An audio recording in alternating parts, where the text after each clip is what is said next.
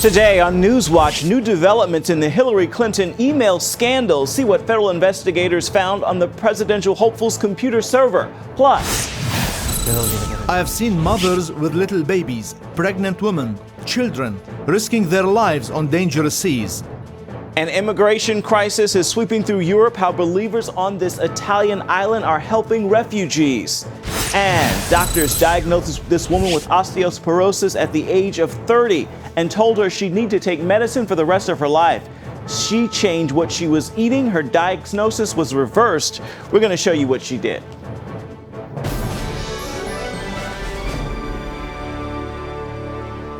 Thanks so much for joining us for CBN NewsWatch. I'm Ephraim Graham. A federal investigation of Hillary Clinton's emails now shows on a private server shows that they were classified as top secret.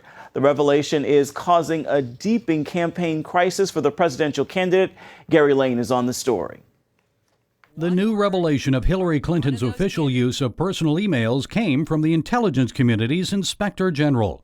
The IG notified members of Congress that 2 of the 4 classified emails found on Mrs. Clinton's private server were listed as top secret.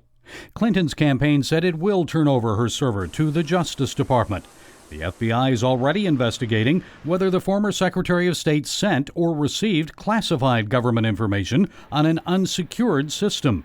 Members of Congress have been pushing the State Department and Mrs. Clinton for details of more than 50,000 emails kept on a private server at the Clintons' New York home. Clinton has already admitted to deleting as many as 30,000 email messages, and she still insists none of her emails were classified when she sent them. But she was using a private, not a government, email server, and there's no evidence that she was using encryption to prevent her emails from being spied upon. Even government computers, let alone private ones, are susceptible to spying. Current Secretary of State John Kerry admits recent hacks of U.S. government computers suggest the Chinese and Russians are very likely reading his emails. The email investigation is damaging Clinton's popularity nationwide, and especially in Iowa, a state President Obama carried in the last presidential election. While she leads among Democrats, a recent public policy poll shows Hillary now losing to 4 Republican candidates in Iowa: Marco Rubio, Scott Walker, Ben Carson, and Mike Huckabee. And it isn't just the private email server issue that is causing Hillary to lose public support and trust. Instead of blasting one another, some of the Republican candidates for president are now targeting Mrs. Clinton's record as Secretary of State. Former Florida Governor Jeb Bush says the Islamic State grew as the United States disengaged from the Middle East. He blames the president along with Hillary Clinton. And where was the Secretary of State? Where was Secretary of State Clinton in all of this? Like the president himself, she had opposed the surge, then joined in claiming credit for its success, then stood by as that hard-won victory by American and Allied forces was thrown away. In all of her record-setting travels, she stopped by Iraq exactly once. With the Iowa caucuses half a year away, there's still plenty of time for Hillary Clinton to recover from her dropping poll numbers. But her political future may depend on what else turns up in that email investigation. Gary Lane, CBN News. International markets are down again today after China shocked financial markets by devaluing its currency. China took the step in a move to strengthen its slowing economy. The Chinese yuan had its biggest drop in a decade Tuesday, falling nearly 2%. It is down another 1.6% today. A weaker Chinese currency would make Chinese products cheaper when they're sold in other countries and keep Chinese workers on the job. China's once booming economy has been showing signs of weakness, and its high-flying stock market has taken a severe hit in recent months. Meanwhile, U.S. Secretary of State John Kerry is making a financial warning about the Iran nuclear deal. He claims the world could drop the U.S. dollar as the global reserve currency if Congress doesn't approve the deal. That would weaken American influence in the world. Kerry made the comment at a Reuters newsmaker event in New York. Kerry is directly sparring with Democrat Senator Chuck Schumer, who has come out against the deal. Schumer says the world should continue to isolate Iran until it makes deeper nuclear concessions. Meanwhile, Iran denies it is hiding evidence of nuclear activity even after satellite photos show work being done at a military complex. It is one more item Congress will have to evaluate as it debates the nuclear agreement with Iran. Here's CBN News Middle East Bureau Chief Chris Mitchell on assignment in Washington. This satellite image shows activity at Iran's Parchin military complex, a site often suspected of building a nuclear warhead. Iran claims the work is related to road construction, while others suggest it's a cleanup operation before IAEA inspectors arrive. As lawmakers on Capitol Hill debate the Iranian nuclear deal, they must decide if Iran can be trusted. Another question, can U.S. intelligence services find out how close Iran is to a nuclear bomb? If history is any judge, their record since World War II is not promising. Beginning all the way back in the 1940s, with the Soviet Union at that time, the Communist Chinese, later on the Pakistanis, the Indians, the South Africans, all developed programs without the Western services, any of them apparently, or the IAEA, once it had come into existence later, knowing about them. Claire Lopez from the Center for Security Policy believes Iran practices a dual nuclear strategy, one hidden and one for the world to see. The entire program has always had a clandestine pathway to the bomb to it.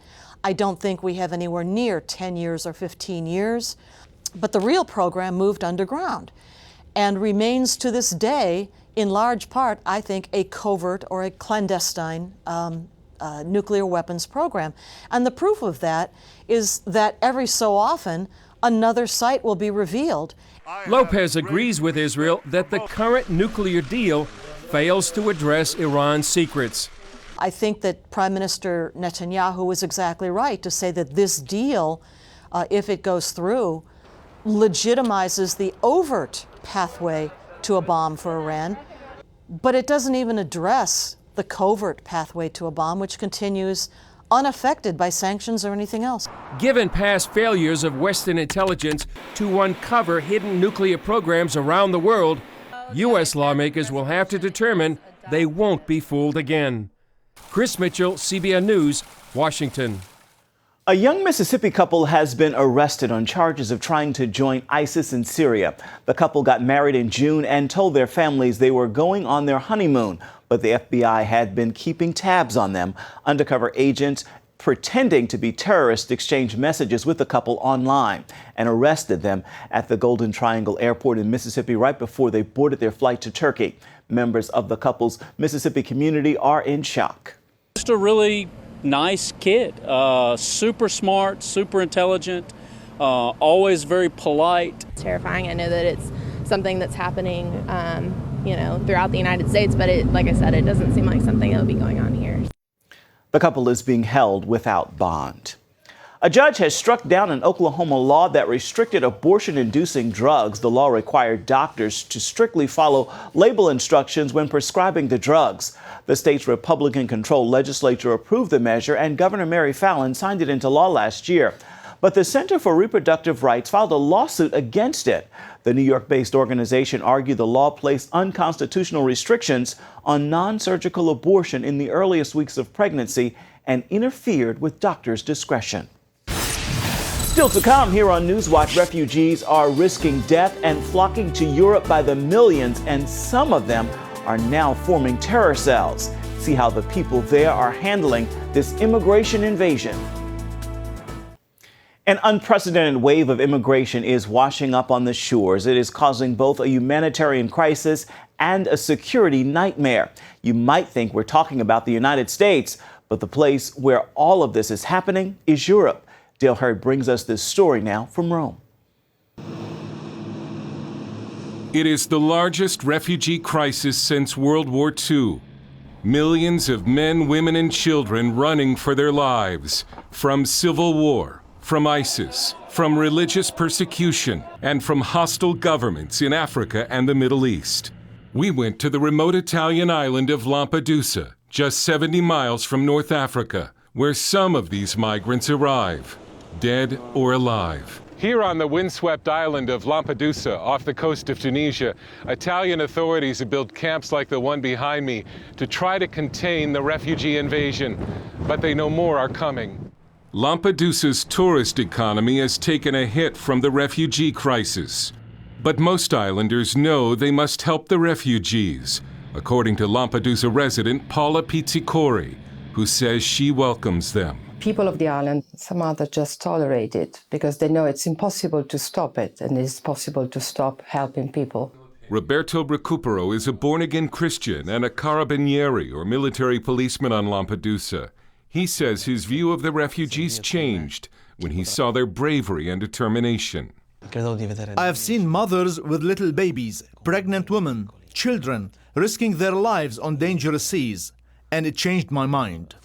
But other Italians have not been so welcoming. Look how they're acting with people. It's like animals, like terrorists, like we come from another planet. We are human beings. We are not animals. I know we are black, we are come from Africa, but we still humans. We are not going back! We are not going back! But this is more than a humanitarian crisis. For Italy and the entire European Union, it is also a security nightmare. Because reportedly mixed in among the refugees are soldiers of the Islamic State.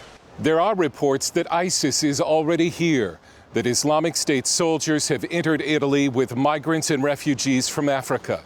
Claudia Bellocchi is a leader in Italy's right-wing party, the Northern League. There are people who are coming because they are fleeing war, and we agree that we have to help them. But criminals are coming too. They form terror cells here in Rome. Some are ISIS. And once inside the European Union, there are little to no border controls between nations. The refugee surge has now reached northern France, where migrants are trying to use the tunnel under the English Channel to reach Britain. EU member Hungary, a major destination for migrants, has had enough and has dispatched the army to build a fence along its border with Serbia. Yazidi refugees hiding in the forest near the Hungarian border say they walked all the way from Iraq. We walk on the foot. Turkey, Bulgaria, all the foot. In a refugee camp in northern France, Christians from Africa and the Middle East hold a Thanksgiving service. Thanksgiving for safe passage from the danger in their homelands. Estimates are that at least 27,000 migrants have died trying to come to Europe in the past 15 years. But many more will still try because they believe they're already in danger. Libya is not safe. There is nothing like human rights. You don't have, even if you have their documents, you don't have right there. They can kill you at any time. Some believe the migrants deserve Europe's help. But can Europe afford to take care of them? We cannot host everyone. It's not a question of the Northern League being racist. Not at all. We just ask ourselves, why have other nations stopped refugees, and why is Italy still hosting them? The problem is there is no willpower to stop it. What is certain is that this refugee crisis will change the political landscape in Europe. Public anger is already building against the refugees and against the European Union over uncontrolled migration. Right-wing parties are growing, and a backlash is building. Dale Hurd, CBN News, Rome. Up next, you may think you're eating healthy, but what you don't know could be killing you. Find out what it is and how you can fight it. It's coming up after this. In health news, Diet Pepsi is debuting as a soda that is aspartame-free. The new formula will be sweetened with Splenda and an additive called Ace K. Pepsi officials are hoping the aspartame-free formula will boost the company's dwindling diet soda sales. The types of foods often favored in the South, fried food, sugary drinks like sweet tea, and processed meats like bacon can lead to a higher risk of heart attack or heart disease, regardless of gender or race. Those are the findings from a 6-year study published in a journal of the American Heart Association. The lead researcher warns people who frequently eat a diet including those foods should be aware of their risk of heart disease. And he says people should cut back on such foods and substitute with healthier ones like possibly baked or grilled chicken, vegetables, fruit, and so on.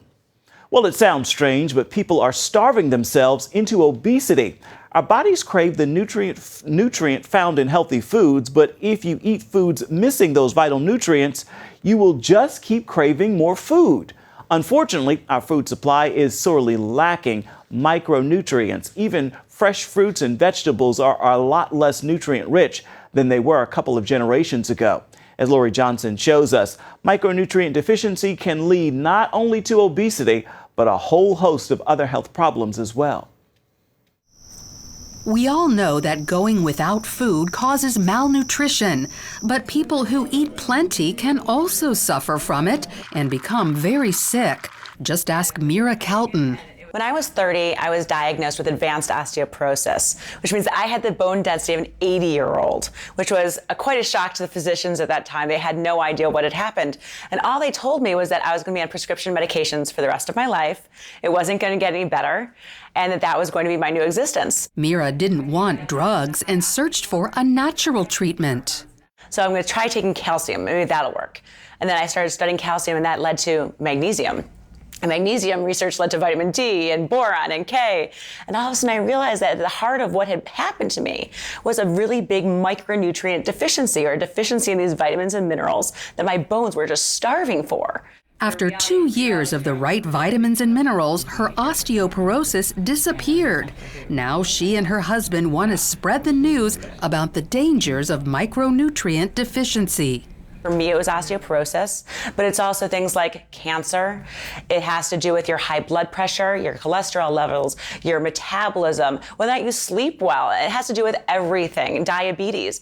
And it also has to do a lot with obesity. So this is why we say that micronutrient deficiency is the most widespread and dangerous health condition of the 21st century, because we're all walking around with these deficiencies and we have no idea that this is even a problem. According to government statistics, this affects 90% of Americans, which means nearly all of us lack at least one critical vitamin or mineral necessary for good health.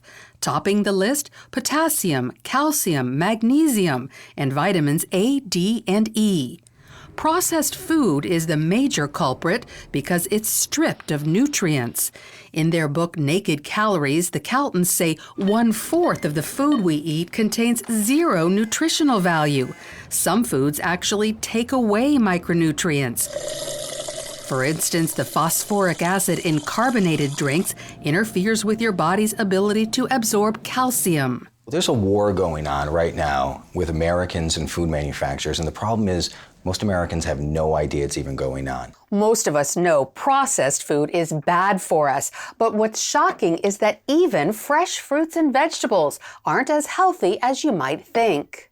For instance, apples contain 77% fewer minerals than they did 80 years ago. Why the change? Over-farming. It robs the soil of precious micronutrients. Shipping produce long distances adds to the problem. Picking it too soon and exposing it to light, heat, and air a long time takes away micronutrients. A healthier alternative is local produce. Meat also falls victim to this trend. Most animals are raised inside factory farms and fed unhealthy grains or worse. They're being fed up to 7 pounds a day of stale candy and chocolate bars that these candy manufacturers are throwing at these farmers and saying, hey, fatten up the cattle with this. It will spike their insulin. You'll get more marbling in the meat and you'll be able to sell the meat and it will taste better. This is just, to me, an abomination. So if you're a meat eater, choose grass-fed beef. Now, what's going to happen when the animal is out in the sunshine, absorbing the vitamin D, eating the grass? They're going to have over 400% more vitamin A and vitamin E in that meat. There's going to be 300% more of something called CLA, or conjugated linoleic acid. This is a kind of fat that science thinks is going to help to prevent cancer. It's also a kind of fat that helps to burn our body fat. And this is a naturally occurring fat that these cows can really only get when they eat grass. Micronutrient deficiency isn't just caused by an unhealthy diet. Certain lifestyle choices can also deplete our body's vitamins and minerals. The list includes smoking, living in a polluted city, stress, that's a big one, and surprisingly, prescription medications. And that's really scary because when these things become deficient, we start to get sick. So to make up for what your body's missing, take a supplement, but choose carefully. The problem is most multivitamins don't disintegrate, they don't have enough of the good stuff in them, and also they're competing with each other for entry into the receptor sites in your gastrointestinal tract. The Caltons recommend highly absorbable powdered multivitamins without fillers, binders, sugars, or artificial colors and flavors. It should also be designed to take more than once a day to account for water solubility. So while the standard American diet and lifestyle can lead to malnutrition, we can get the micronutrients our bodies crave by avoiding processed food, eating more local organic produce, and supplementing properly. Lori Johnson, CBN News. And our health reporter Lori Johnson has more on micronutrients on her latest Healthy Living blog, including a free quiz that will let you know if you are getting enough vitamins and minerals. Make sure you check it out. Stay with us. We'll be right back. It is now time for your Wednesday word, and today's word is perseverance. In other words, keep going, don't quit, and push past whatever is standing in your way. Here's the secret. The scripture has already declared you are a winner, but there is no testimony without a test, and there is no victory without a fight. So hang on in there, press on, and persevere. God is on your side, and if God be for you, who can be against you? That is going to do it now for this edition of CBN NewsWatch. You can find more of our exclusive coverage of the issues you care most about at cbnnews.com. We'd love to hear what you think about the stories you've seen here today. You can do it on Facebook or at CBN News on Twitter. Hope you'll join us again right here next time. Make this a wonderful Wednesday, everybody.